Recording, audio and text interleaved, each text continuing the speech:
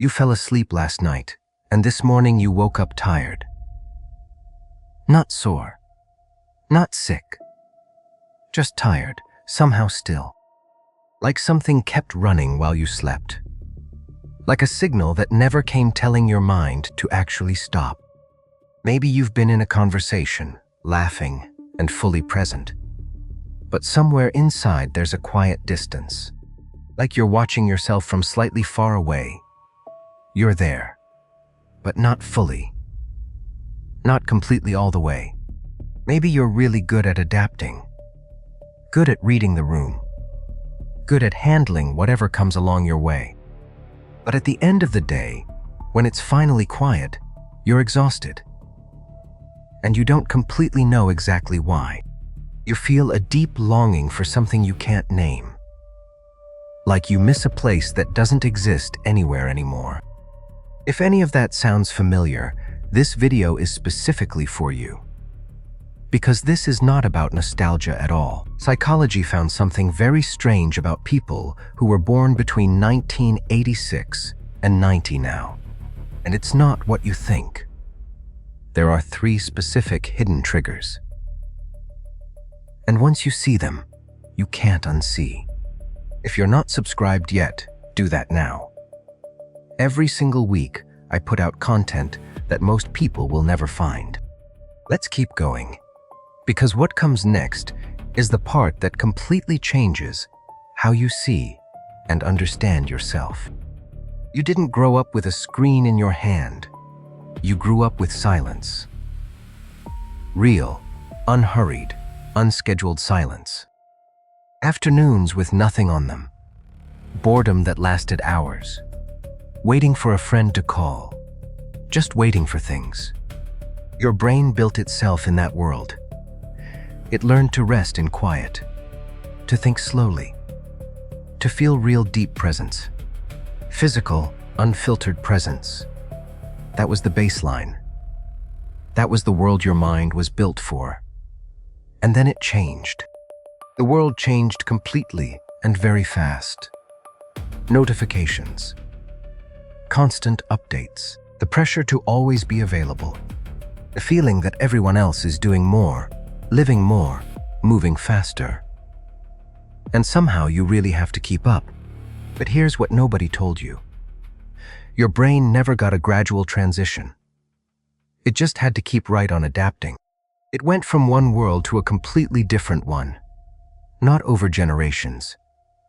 In years. Sometimes just a few months. That adaptation has a very real cost. And that cost shows up in 3 specific ways. 3 hidden triggers here. Let's look at the very first trigger. This one will explain a lot about how you've been feeling every single day. You slept 8 hours. You had a quiet weekend. Maybe even a vacation. And you came back still completely tired. But wait. If you rested, why does the exhaustion stay? Because your body rested, but your mind absolutely didn't. Think about what happens when you lie down. Your phone is still nearby. Your brain keeps quietly processing things. A text you haven't replied to, a decision you keep postponing. A conversation replaying on a very long, quiet loop. The brain you built in silence needs actual silence to properly reset. But actual silence barely exists anymore. So your nervous system stays on a kind of low-level alert. Not panic. Not stress.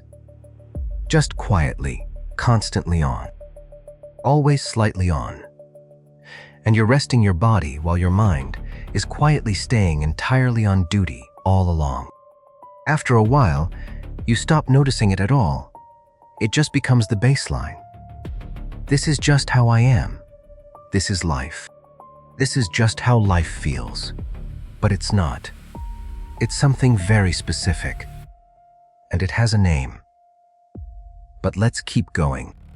Because the second trigger is harder to name, and it's even more common than this first one. Let's look at it now. You're at dinner with people you genuinely care about.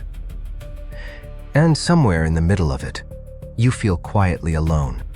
Not because anything happened, just a quiet sense of distance that you can't explain and wouldn't say out loud.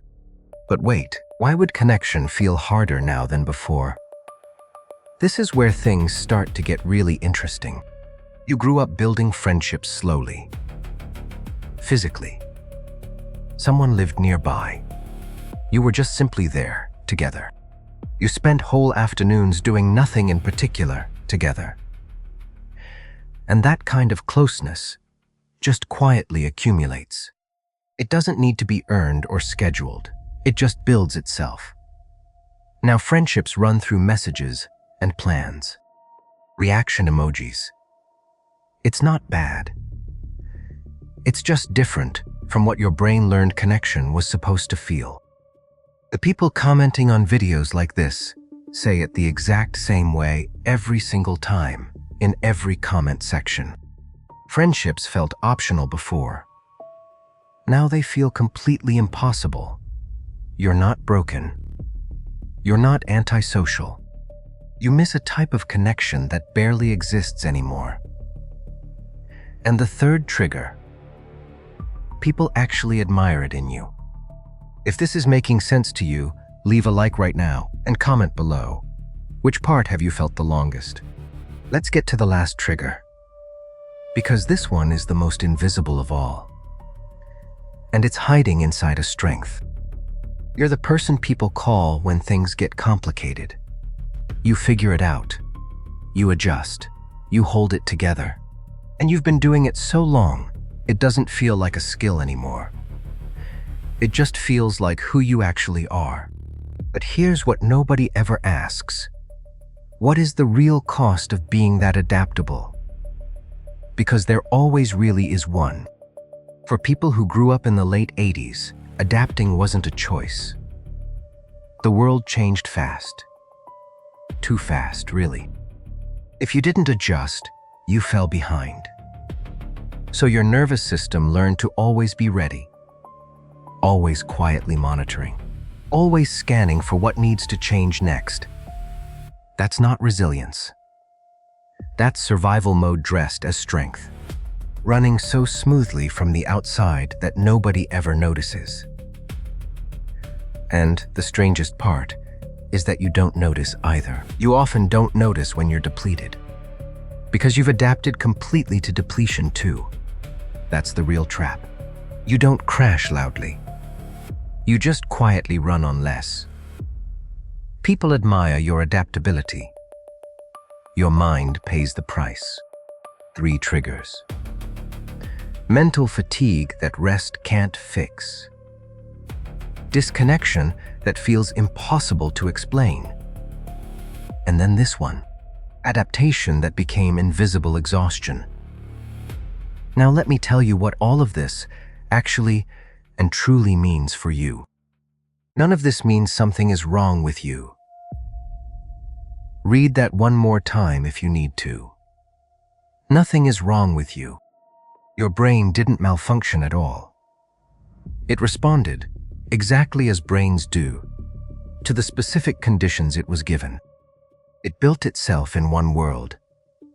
Then it was asked to perform inside a completely different one, with no warning, no manual, no transition period.